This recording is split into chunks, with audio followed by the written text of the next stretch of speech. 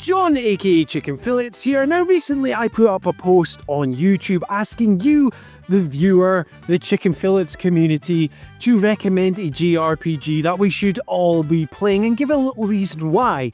So with this in mind, we have a video all about this. So today we're going to have a look at 9 JRPGs you recommended. But before we get cracking on with the video, if you like JRPGs, finding out the JRPGs being recommended by the community, and like hearing a wee Scottish guy talk about it, well, please consider subscribing to the channel. Without further ado, let's have a look. Tales of Grace's F, which has been recommended from Finbar from Below the Neck. Hello, Finbar. He is saying here that Tales of Grace F is an absolute gem of a game, some of the most fun combat in a JRPG. The story is also really good and the synthesis elements are a lot of fun too. Plus it just got the remaster treatment, so it's not hard to get. This is an absolute belter of a choice. Now, Tales of Grace's F, I've not played the remaster admittedly, I haven't picked this one up. When I did play it, I played it on the PlayStation 3, one of the only few JRPGs on the PlayStation 3 that I have personally went out my way to play. Yes, I don't have a lot of games for my PlayStation 3, I know, shocking. It is a fantastic Tales of game. It is considered to have one of the best combat systems within the Tales of series with the linear motion battle system. A lot of people say that this one has got the most fluid system going. I really enjoy the characters and the story with this one as well, because you follow Asmel in his journey through life at 3 different stages of life. You start off as a child and he gets older, and the story continues to fold about the mysterious Sophie the Amnesiac. It is a fantastic game because the remaster, like Finbar said, is now out. It's readily available. You can get this on pretty much near everything. You can get it on Nintendo Switch, PC, PlayStation, so you've not really got an excuse not to play it. Well, I do kind of have an excuse because I haven't picked it up yet. Yeah, and also check out Finbar's band Below the Neck. Awesome metal band. I Am Setsuna, which has been recommended by a friend of the channel, CactusMan07, and they've said I Am Setsuna is worth playing. That gives a very good and balanced JRPG experience. It is not too long and not too complex. It's easy to obtain. If you just want to enjoy a JRPG, I'd recommend I Am Setsuna. Now, this is an absolutely fantastic recommendation from CactusMan. I have recommended this game on the channel a fair few times, so Tale of the Tape, I Am Setsuna is from Tokyo RPG Factory, rest in peace. They were originally a studio that looked to reinvigorate JRPGs and replicate the golden age of JRPGs, should I say. It has a harrowing story but a beautiful soundtrack where it's all done on a piano. The characters are fantastic and it has turn-based combat reminiscent and influenced by Chrono Trigger. It is available on the likes of PlayStation, Nintendo Switch. You can get this on PC. As CactusMan said, it is easy to obtain. If you've not played this title from Square Enix, I'd absolutely implore you to do so. You will not be disappointed. Thank you for your submission. Wild Arms, which was recommended by friend of the channel, Tuxer. Now, they originally mentioned Lost Odyssey, but it had already been selected by someone else. They mentioned that they completed Clair Obscur Expedition 33, a game that I still actually need to pick up and play myself, but they mentioned that they've jumped straight into Wild Arms on PlayStation 1. They managed to find a really nice physical copy and they are having an absolute blast with it. It's a really charming little RPG with simple but interesting mechanics for its time. And they've also mentioned, you can pick up and throw chickens for some reason. That's a mechanic every JRPG needs to go along with fishing games as well. So yes, Wild Arms, the PlayStation 1 JRPG, it has got turn-based mechanics and it's based in the Wild West. Now, it is a title which I don't have too much experience with. I do have it on my PlayStation Vita, and it's one of these titles where I get a couple of hours into it and for some reason I drop it. I don't know why. It's probably because when it's usually more the case that a big release is coming up and it's been a filler title. Now, I really do need to get more into the Wild Arms series. I do have other titles from that series downloaded. Like recently I tried out Wild Arms 2 and I thought that looked fantastic. But again, I fell victim to playing a big release which had released at the time. I think it was close to Final Fantasy VII Rebirth. No shock horror there. But yes, going back to Wild Arms, fantastic. And thank you once again, Tuxar, for giving your recommendation. Tears to Tiara 2, which has been recommended by Milla from Milla's Game Room. Now, she says, hello, somebody else already suggested an Aqua Plus game, so I'll go with Tears to Tiara 2.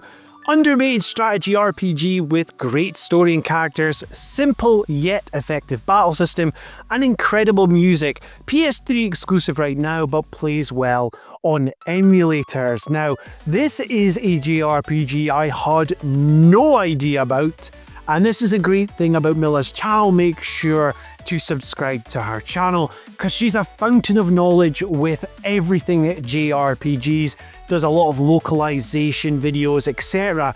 So it's always great when she gives suggestions on these titles. Now, from what I have seen thus far, it looks really fun. This strategy turn-based combat looks fantastic. I like these sort of chibi style, a lot of characters in battle as well. Yeah, I really do like the look of this one. I might have to maybe pick this up on the PlayStation 3 or emulate this one. This one's looking really good. Tell you what, if you have played Tears to Tiara 2, what are your thoughts about it? Do you agree with Milla from Milla's Games Room? Let me know in the comments down below. I'll make sure to pop over to her channel and check her videos out. Lost Odyssey, which has been recommended by friend of the channel Robertus Maximus 42. So they say, hello. Always wanted to say that apparently. Make sure if you want to say hello to put it down in the comments down below. Carrying on, hard to pick one that I wouldn't think you've played, but I'll suggest Lost Odyssey. It's one of my all-time favourites. The turn-based combat is great and strategic with selecting all your moves at the beginning of the turn, but turn order playing based on speed. The story will emotionally wreck you at times and make you feel all kinds of emotions, especially if you're a parent. And while the story might drop off towards the end, it never loses its gut punches here and there, and the 1,000 Years of Dreams will make you cry every time you unlock a new one. It's an all-around fantastic game from start to finish. Now, Lost Odyssey is a game that I have played a wee bit of. Now, this is because it is an Xbox 360 game. Now, let's not say that I've not completed it because it's on Xbox, because I do like Xbox. I have a lot of Xbox 360 games. But for me to sit down and properly play a game nowadays, it's going to have to be handheld. It's just the way my life is, blah, blah, blah. But Lost Odyssey is a fantastic title. Well, what I want to is Mistwalker, the creators of this game, from Hironobu Sakaguchi, to actually bring this to modern consoles. This is a surefire hit in the making if it were to do so, because, well, let's be honest, Mistwalker don't do this. They've only done it once, and that was with Fantasian. So maybe they might have got that itch and may release this down the line. The likelihood is not. But however, this is a fantastic game from what I did play, and it's no secret as well that a lot of people will refer this as the true Final Fantasy 13. What an absolute fantastic recommendation, Robertus Maximus. Thank you very much. Rise Fantasia, which has been recommended by our favourite washing machine, Lambeter. Now, any time that I do any videos, there will always be a guarantee that they will comment about Natural Doctrine. So, I was very surprised that they have picked a different game over Natural Doctrine. Anyway, what are they saying about this game? Well, don't worry, Natural Doctrine has been mentioned. Like Natural Doctrine, the game has a bunch of issues, biggest one being the localization. God, the localization is bad! Mostly the English voice acting, and what adds insult to injury during battles, each character repeats the 3 same lines again and again. So 2 options to jump into the game: you can turn the voices off, or what they did, you can just enjoy the voices for what they are, so cringe it becomes funny. Now if you can tolerate the bad voice acting, the game opens up to you. Battle system is very fun and uses a magic system where you can have 2 characters cast at the same time to combine the spells into a higher level one. Bosses often bring difficulty spikes with them, but I personally love the challenge. You can also have an incentive to collect every weapon, as each weapon can be leveled up to unlock a Tetris piece with a unique ability that you can use to boost your favorite weapon. Characters are pretty vanilla, but serviceable. Story is interesting, but the place where it shines, that it introduces a second group of protagonists / antagonists that are at odds with your group, and you're kind of in a race with them to save the world. Now this game is very interesting by the looks of it. It was a Nintendo Wii JRPG, and I have seen other content creators talk about this game. I've never personally played this one, but after the description of this, if I'm in the mood for a cheesy game, I think this one might be on the horizon now. Thank you once again to our favourite washing machine Lamberter. Monochrome Mobius Rights and Wrongs Forgotten, which has been recommended by friend of the channel, Mystery Synergy 8211. Now they say my recommendation will be Monochrome Mobius Rights and Wrongs Forgotten. It's a sub-game from the... oh man, I'm going to struggle saying this. Utawarerumono franchise? Oh, sorry. Which is a visual novel series with strategic turn-based battles mixed in. But this one has turn-based combat. Honestly, it's a hidden gem and deserves more love. Graphics might not be the best, but the music and story are really good, and the gameplay is fun throughout. Now, when I heard of this game through Mystery Synergy, I was intrigued because I hadn't heard of it before. And looking at the trailers, I really like the look of this. The exploration looks fun, and the turn-based combat as well seems to be fun as well. You know what, I'm going to have to pick this one up. It really looks good. Now, looking into this one a bit more, it's available to buy on PlayStation 4, PlayStation 5, and I can play it on PC. Yes, I'm going to be able to pick this up and play on Steam Deck because it is verified on there as well. That is an absolute fantastic choice. Thank you once again for recommending this turn-based JRPG. Yeah, this one's going to be good. The Legend of Heroes Trails from Daybreak 2, which has been recommended by a friend of the channel, and I apologise if I mispronounce it. You know, this is a Chicken Fillets video. There's going to be mispronunciations. So it's recommended from our friend Kashif Bidasi 5450. I apologise if I've pronounced that wrong, but they are saying, does it have to be current gen? If so, you can't go wrong with Trails from Daybreak 2. Great characters and great combat. Now, thank you for that recommendation. You've reminded me once again that I do need to pick up Trails from Daybreak 2. I did complete the first Trails from Daybreak last year, the tail end of 2024, and I did enjoy it. I really enjoyed the new gameplay style with the Trails of series, which had action-based combat, which could be turned into turn-based combat. What I do hope for Trails from Daybreak 2 is that the story is stronger than the first one. Because, listen, I did like the first Trails from Daybreak, but I found it weaker compared to the previous titles. I played the likes of Cold Steel and Trails from Zero. I found the pacing a bit off, but I tell you what, when the big story beats hit, they hit hard. I do like the cast of characters as well. I think Van's a great protagonist. His companions are great as well. And also the fact that we once again get to revisit other characters who have got a bit older, the likes of Flea? Yeah, the bassist from Red Hot Chili Peppers. No, B. Clausel. Flea. Free from Cold Steel making a reappearance as a bracer within Calvard.